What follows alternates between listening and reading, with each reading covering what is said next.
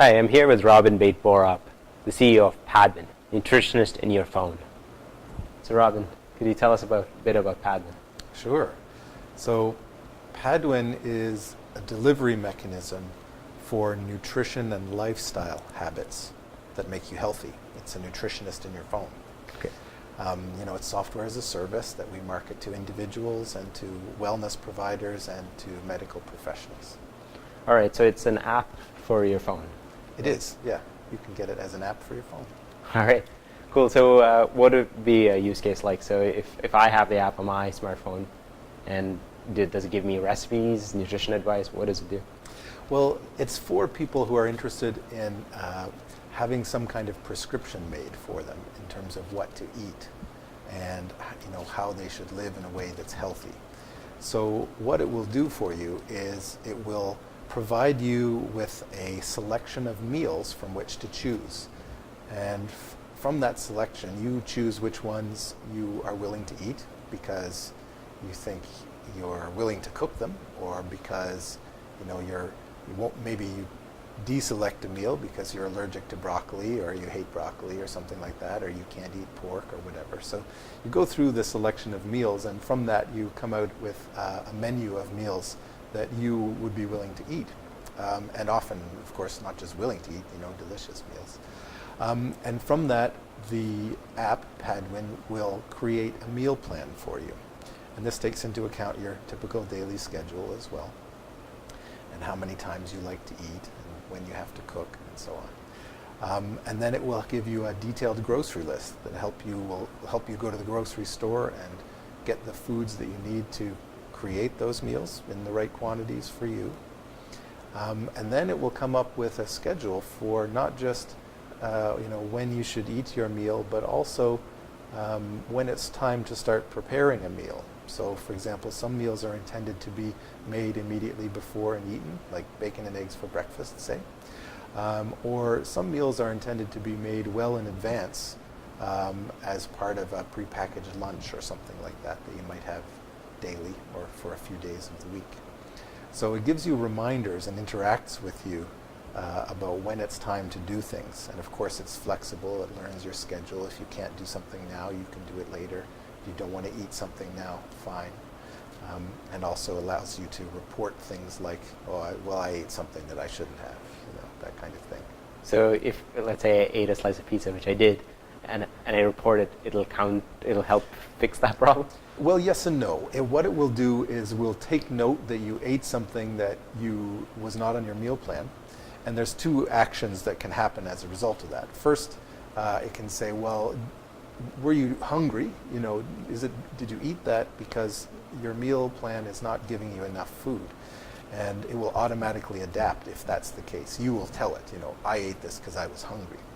And so it will say, okay, well, we'll give you more healthy food, and hopefully the pizza with the gross toppings on it, will be less tempting for you. Okay. And it will also help you in another way, in that it will record what the effect of that was. So one of the things that happens with food is that there's a mood connection with people.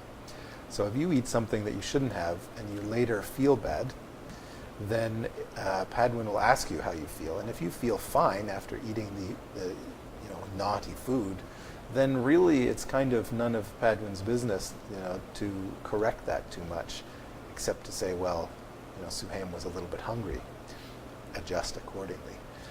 But if it finds in fact that you're reporting symptoms afterwards, like lethargy or brain fog or something like that, then it can help you, and it can say, well, next time, it can say, well, last time you ate some, whatever it is, pizza, you experienced this symptom, so maybe expect that this time. Okay, so it learns about you based on your interactions with it, and tries its best to make that into useful action items for you and useful interactions that will help make you healthier and sort of have better lifestyle, better behavior.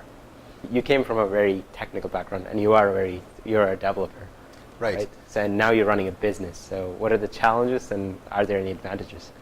Well, yes. So As a developer, I kind of shopped my wares around and my skills around, and that was kind of like a business activity, and I did that for years. And so I was quite deeply into a business role, not as a CEO, but as a, still a business role, developing relationships and so on. So as a CEO, it's just more of that, I find. The thing I'm responsible for, of course, is raising money, which is the thing that I'm not responsible for as a developer. So that takes up a bunch of my time. The funny thing about it, this new project is that normally my development skills are to develop some kind of technology which forms the basis of the business, kind of new thing that no one else has, proprietary thing, a patentable something or other. In this case, there really is no secret sauce that's related to software. It's secret sauce related to nutrition. So this is new and different for me that way too. I get to apply my development skills, and I very much am lucky that way in that I don't have to raise money as a startup business, raise money to pay a development team, because I am a strong developer, and I also have been lucky enough to attract another developer to help me as one of my many team members, and so I've got that advantage. That's great. So you mentioned the team members just now. So you have a substantial team right now. Yeah, I've attracted a bunch.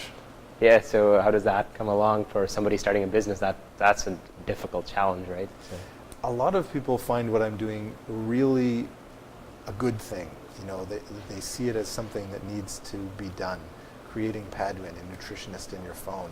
The fact that this doesn't exist already is disturbing to many people, me included. It should be a thing that exists. But no, it doesn't, and it's up to us to make it. So that's the thing that has attracted people, I think. I've got 6 team members right now, including myself. I'm the only one working full-time on it, but still it's great to have that many people interested in my project. That's great. So you're currently in the midst of an Indiegogo crowdfunding campaign. So you want to tell us about that? Sure. So I wanted to do a crowdfunding campaign so that people, before the crowdfunding campaign, many people were supportive and said, I would use that app, And that's just sort of a verbal commitment to, yeah, I like what you're doing. But I really wanted to have people put their money where their mouths were and say, yes, not only do I think it's a good idea, but I will pay for this. And so it's a market validation exercise as much as anything. It's also a fundraising exercise where people can say, kind of vote with their dollars to say, yes, this is what we want to exist. We want to get ourselves healthy by a better nutrition and lifestyle plan, as opposed to, taking drugs or some other method. So that's what I wanted to bring into existence, a way for people to vote that way, and it's going well so far. Great. So if one of our viewers wanted to find that, how would they find your campaign? The best way to find it is go to paduin.com, PADUIN.com, and sign up. And once you give your email address, you'll be pointed to the crowdfunding campaign page. When you sign up there, you're sort of agreeing to be notified about such things in the future. And that will get you a pointer directly to it. Final question, Robin. So if you have to give advice to a developer that's thinking of getting into the business side of things, what would it be? Okay, so there's lots of business things to learn and no end to it, really.